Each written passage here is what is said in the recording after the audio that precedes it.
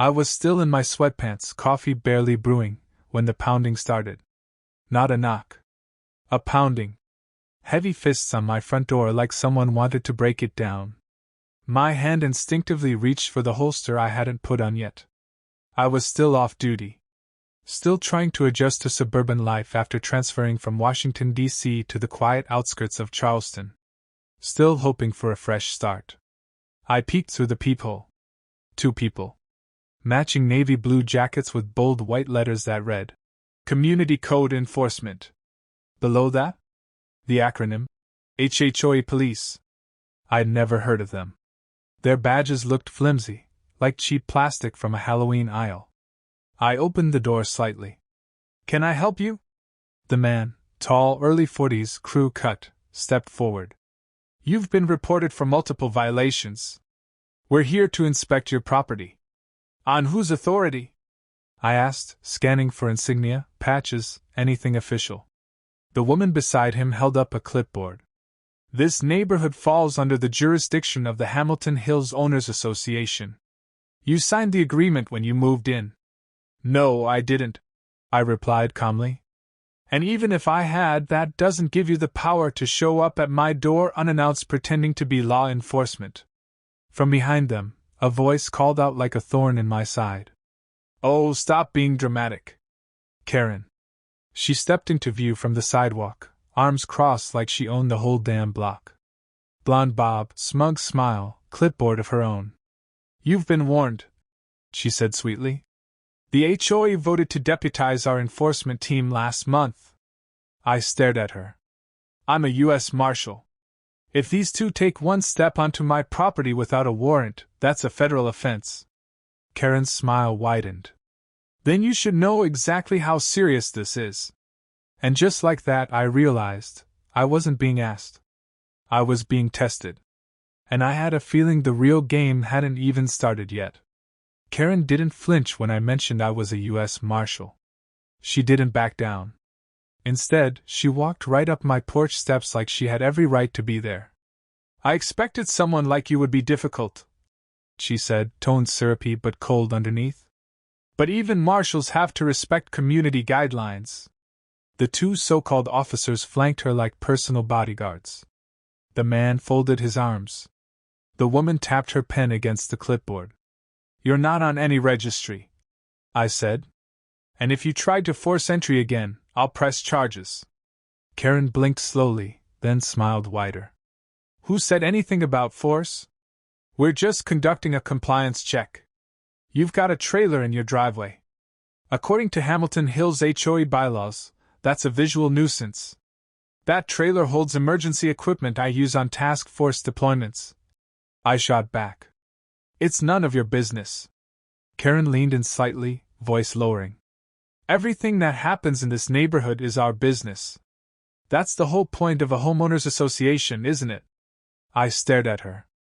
There is no functioning HOA in this neighborhood. I asked when I moved in. I did my research. She gave a small shrug. There wasn't. But I restarted it. Voted myself president. I let out a breathless scoff. You voted yourself in? She nodded.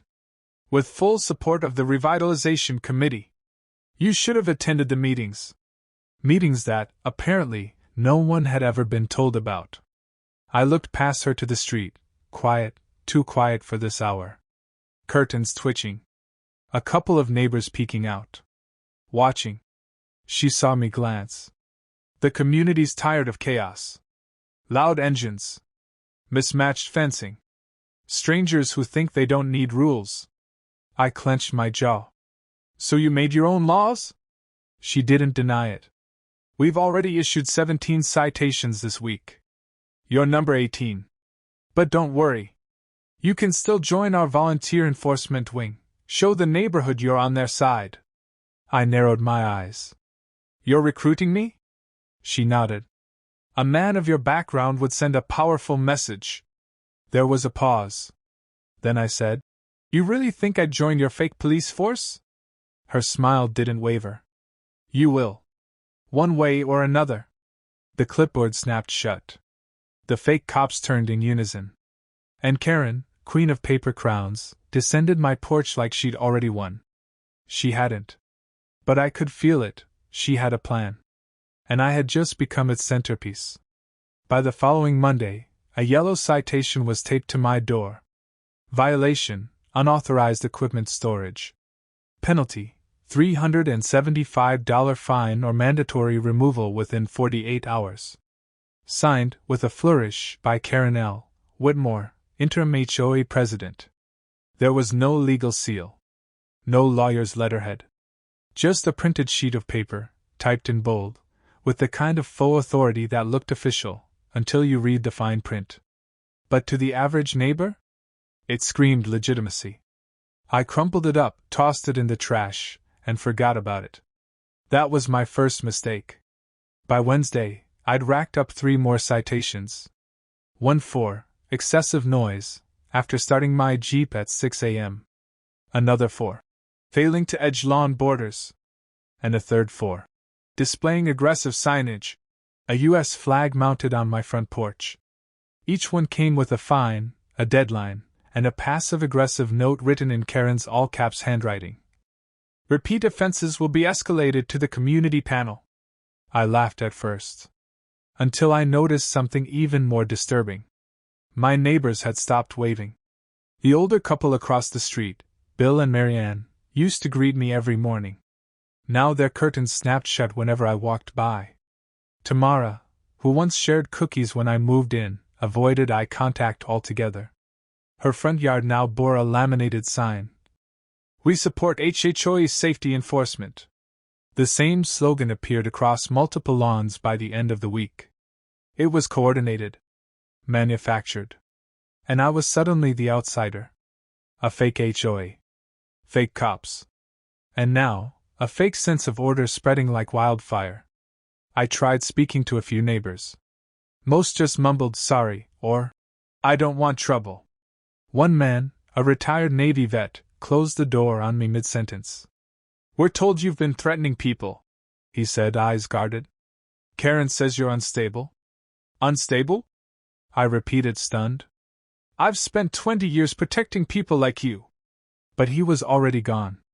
Even my bureau email started filling with flagged notes. Subject, neighborhood concerns. Subject, alleged harassment by agent. Subject, escalating conduct. I forwarded everything to my supervisor. No reply. On Friday night, a black SUV with the HOA logo stenciled on its side parked just beyond my driveway. It didn't leave. Lights off. Engine idle. Like it was watching. Karen didn't need handcuffs or handguns. She had whispers. She had fear. She had enough signatures to turn me from federal agent to neighborhood villain.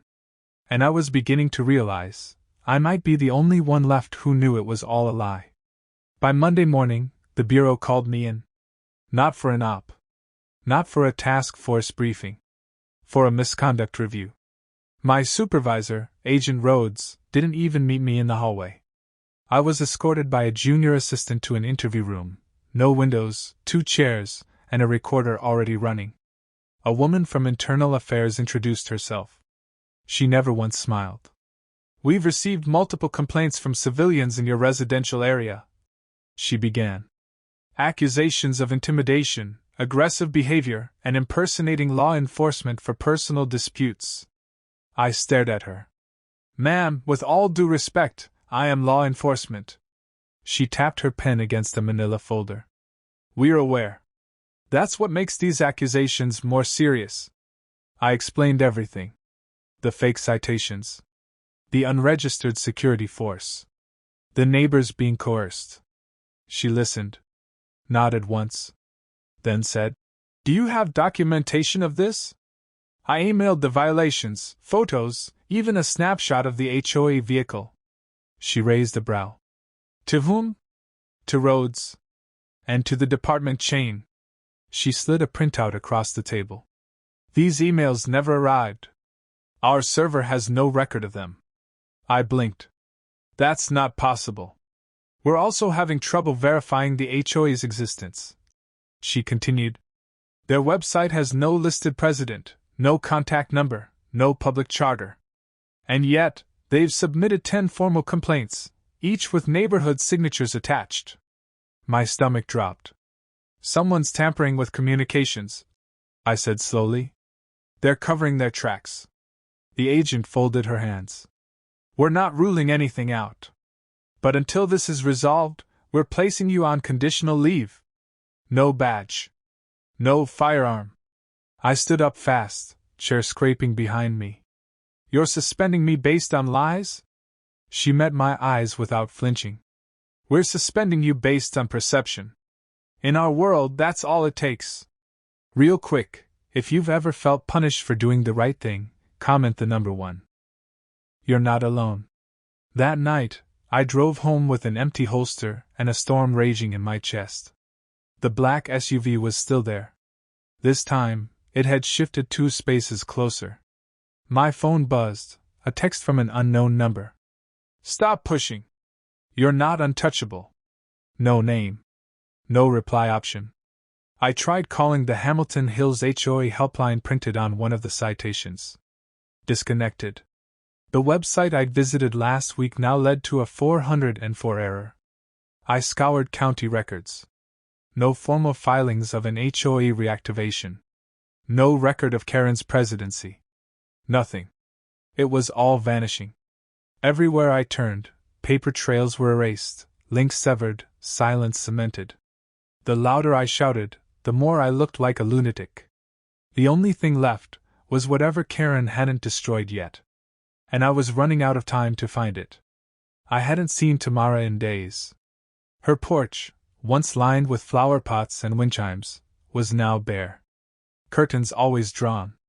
Her car parked crooked, like she left in a hurry and never fixed it. But tonight, as I passed by on a cold walk to clear my head, I saw something different. Her porch light was on. I stopped. Then knocked once. The door cracked open, just a sliver. She looked pale. Exhausted. I was hoping you'd come, she whispered. That was the last thing I expected to hear. She opened the door wider and pulled me inside quickly, locking it behind us. Her living room was dim, shades pulled down tight. On the coffee table sat a folder, thick, well-worn, labeled in blocky sharpie.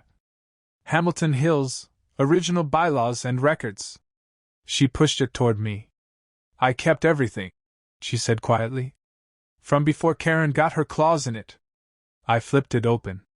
Inside, old newsletters, community votes, archived complaints.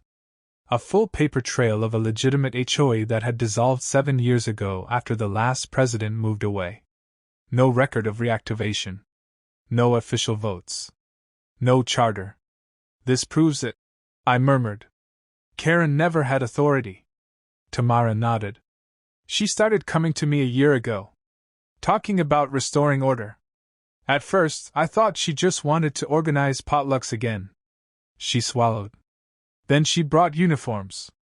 Asked me to sign off on enforcement teams. I refused. My eyes narrowed. She threatened you? She threatened everyone. I sat back, letting the weight of it settle. She's been planning this for years, I said. Tamara looked down at her hands. I think she picked you on purpose. Wanted to make an example out of the toughest person here. I clenched my jaw. She picked wrong. Tamara reached over and placed her hand on the folder. I'm scared, she said. But I'll talk. I'll tell whoever needs to hear it. And just like that, for the first time in weeks, I felt the ground beneath me start to steady. One porch light was still on. And I wasn't alone anymore. The next morning, I didn't waste time. I called Alvarez. Detective Luis Alvarez wasn't flashy. No politics, no bull. We'd crossed paths during a multi-agency task force a few years back. He owed me a favor, and more importantly, he still believed in due process. When he picked up, I didn't even say hello. I need a plate run. Black SUV. Logo says HOA Police Enforcement. He sighed. That your neighborhood mess? Yeah. And it's spiraling. Fast. Within an hour, I was sitting across from him at a cramped desk in the downtown precinct. I brought the folder Tamara gave me, along with photos of the citations, screenshots of the defunct HOA website, and, most importantly, a picture of the SUV that had been stalking my street for a week. He typed the plate into his terminal. Click. Click. Then a long silence. Well? I asked. It's registered to a private security firm out of Jacksonville, he muttered. No in-state contracts. No HOA filings. And no license to operate under any municipal or residential authority in South Carolina. I sat back, hard thudding. So they're operating illegally. They're ghosts. Technically? They shouldn't even be allowed to flash a badge on your lawn. I leaned forward. Can you pull their business license? He shook his head. Shell Corp address routes to a virtual mailbox. Whoever's behind it is laundering legitimacy. I rubbed my temples. Karen's the face. But this goes deeper. Alvarez nodded slowly. Maybe. But if you can get me one more resident willing to file a complaint, I can open an official investigation. I've got one, I said. Tamara's ready. He jotted something in his notebook.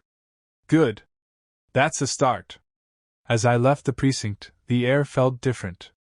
It wasn't over, not by a long shot, but I had something I hadn't felt in days: leverage. Karen's foundation had a crack, and I was going to drive a wedge straight through it. The summons came through my bureau inbox that evening. Mandatory internal review. Allegations of professional misconduct. Location: Regional Field Office, Conference Room B. Time: 10 a.m. sharp. I arrived early the next morning, pressed shirt, no badge, no weapon, just a man walking into judgment. Conference Room B was colder than I remembered. A long table. 5 chairs on one side. One on the other. A single folder waiting for me. My supervisor, Rhodes, stood in the back, arms crossed. His eyes gave away nothing. The lead investigator, a woman named Darden, gestured for me to sit. Agent Walker, she began. Today's session will address multiple community complaints and determine whether a formal investigation is warranted. I nodded once. Understood. She flipped open the folder. To be clear, these complaints reference threats, coercion, and impersonation of authority for personal disputes. Residents from your neighborhood have submitted signed statements, photographs, and records. They're being manipulated, I said calmly. All of it's been orchestrated by a woman named Karen Whitmore. Darden raised an eyebrow. Yes, we've heard her name. I leaned forward. She's not just running a fake HOA, she's weaponizing it. With fake police, fake citations, and a private security firm that's not even licensed to operate in state. Before Darden could reply, the conference room door creaked open. And in walked Karen. Not in her usual yoga gear or smug cardigan. No, today she wore a navy blue pantsuit, heels clicking like she belonged in every federal building from here to D.C. In her hands was a leather briefcase. I hope I'm not late, she said sweetly. I was asked to submit documentation as a community witness. Darden nodded. Yes, Miss Whitmore. Please proceed. Karen took the seat across from me and opened her case with theatrical precision. Out came neatly printed packets, citations, photos, meeting notes, all curated like an exhibit in a museum of lies. I represent the Hamilton Hills Community Oversight Initiative, she said. A revitalized neighborhood watch endorsed by dozens of households. We've documented months of disturbances, including Agent Walker's disregard for local protocols. I clenched my fists under the table. That's not oversight. That's impersonation. You're running an illegal shadow organization. Karen smiled politely. I believe the court may see things differently. Court? I repeated. This isn't court. But Darden raised her hand. Actually, that brings us to a relevant point. She glanced down at her notes. Miss Whitmore, you mentioned a family connection to one of our judicial contacts? Karen folded her hands delicately. Yes. My brother is Judge Landon Whitmore, U.S. District Court for the Fourth Circuit. I hope to resolve all this quietly, but here we are. My jaw clenched. Rhodes flinched. And in that moment I knew. I wasn't just fighting HOA Karen. I was fighting a bloodline tied directly to federal authority. The flyer was slipped under my door at midnight. Community Forum. Hosted by the Hamilton Hills Oversight Committee. Mandatory attendance encouraged. Location: Community Rec Center. Time: 7 p.m. sharp. It reeked of Karen. I texted Alvarez. Going into the lion's den. Be ready. His reply came back instantly. Body cam on. I'll be nearby. At 6:58 p.m., I stepped into the brightly lit rec center. Dozens of folding chairs. A cheap podium. A laminated banner that read, Order. Safety. Pride in our neighborhood. Karen stood at the front, flanked by two of her fake officers, one of them already recording the room on a camcorder. Neighbors filled the seats, hesitant, uncomfortable, most looking like they didn't want to be there. I slid into the back row. My phone was already recording. Karen tapped the mic. Good evening, everyone. Thank you for being here. As you all know, we've had ongoing issues with compliance, noise, and hostile behavior. She looked directly at me when she said it. And unfortunately, she continued, one of our residents, Mr. Walker, has chosen not to participate in community betterment. He's filed complaints, harassed volunteers, and actively resisted lawful oversight. I stood. Every head turned. That's enough, I said. You want truth? Let's give them the truth. Karen's eyes narrowed. This is a private meeting. No, Karen, I interrupted. This is a public ambush. But I'm not playing along. I walked to the front, phone raised. This is being recorded and backed up to a federal server. Every word, every face. And what I'm about to say will change everything. Gasps. Whispers. I dropped a folder onto the podium. This is your entire scam. A private security firm operating without state authorization. Citations with no legal basis. A reactivated HOA with no charter, no approval, and no government recognition. I flipped through pages. You've taken thousands in fake fines. You've stalked homeowners. Intimidated them. Threatened people into silence. Karen moved to grab the mic, but I held up my badge, yes, suspended, but still mine. Sit down, I said. A neighbor near the front stood. Is this true? Karen, you said the city approved all of it. Karen's lips parted, but no words came. Another voice chimed in. I paid $400 last month. Where did that go? Then another. You said we'd be evicted if we didn't comply. Karen backed up. One of her fake officers turned and slipped quietly out the side door. That's when the front doors swung open. Alvarez stepped in, uniformed and flanked by two real deputies. Miss Whitmore, he called out, loud and clear. You'll need to come with us. We've got a lot of questions about licensing, funds, and impersonation of authority. Karen tried to speak, but the room had already turned on her. Applause started slow. Then it surged. Not for me. For the truth finally being louder than her lies. Karen froze in place, her smile twitching as the room turned to ice. Deputy Whitmore, Alvarez repeated, stepping forward with deliberate calm. We have multiple sworn statements, falsified citations, and a financial trail connected to unlicensed enforcement activity. A murmur swept the room like a gust of wind. One of the neighbors stood up. You told us this was legal. Another pointed toward the laminated banner on the wall. You said we were part of something bigger. Something official. Karen tried to compose herself. Everyone, this is being blown out of proportion. I was just trying to create order. By threatening us? Tamara's voice rang out from the third row. You tried to make me sign a complaint against someone who's protected this country his entire life. Karen's expression cracked, then crumbled. One of Alvarez's deputies stepped beside her. Ma'am, we'll need you to come with us for questioning. Please don't make this harder. The second fake officer still remaining moved to interject, but Alvarez cut him off with a cold stare. Don't even think about it. Karen turned, voice shaking now. You don't know who my brother is.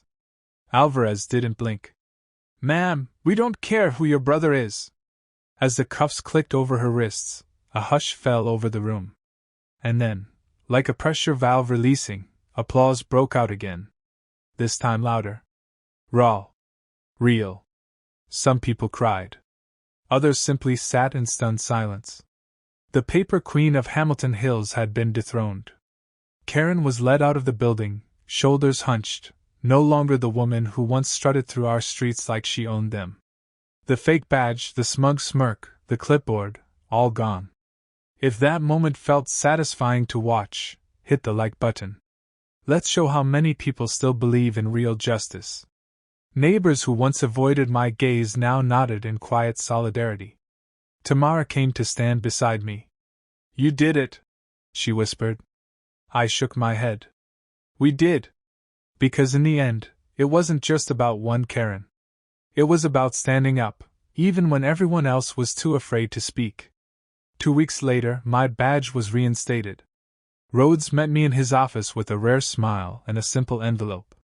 Inside, an official memo from Internal Affairs, clearing me of all wrongdoing. Turns out, he said, the louder someone screams about rules, the more likely they're breaking them. I didn't say anything. I just nodded and exhaled, for the first time in what felt like forever. Karen was now the subject of a federal investigation. Alvarez's report, backed by financial records and Tamara's testimony, had triggered interest beyond our district. Her ties to the private security firm, now shut down, were being scrutinized for fraud, wire transfers, and impersonation of a federal body. Even her brother, Judge Whitmore, had stepped down. For personal reasons. Hamilton Hills? It changed, too. The real HOA, which had dissolved quietly years ago, was now in the process of being legally re-established, this time with proper oversight, votes, and most importantly, limits. No more citations taped to doors. No more HOA, police, rolling past your house at night. The fake uniforms were gone. The fear lifted. Neighbors began to speak freely again. Marianne brought over banana bread. Bill offered to help with my driveway repairs. Tamara? She became the new communications chair for the reformed HOA. As for me, I kept things simple. No speeches. No gloating. Just a return badge on my belt, and peace in my own home. Late one evening, I stood on my porch, coffee in hand. The street was quiet, but not empty. Porch lights glowed warm. Kids rode scooters. Someone barbecued ribs 2 doors down. Normal. Finally normal. I didn't win medals for this. Didn't expect to. But I had something better. Truth. Vindication. And a community that had finally woken up.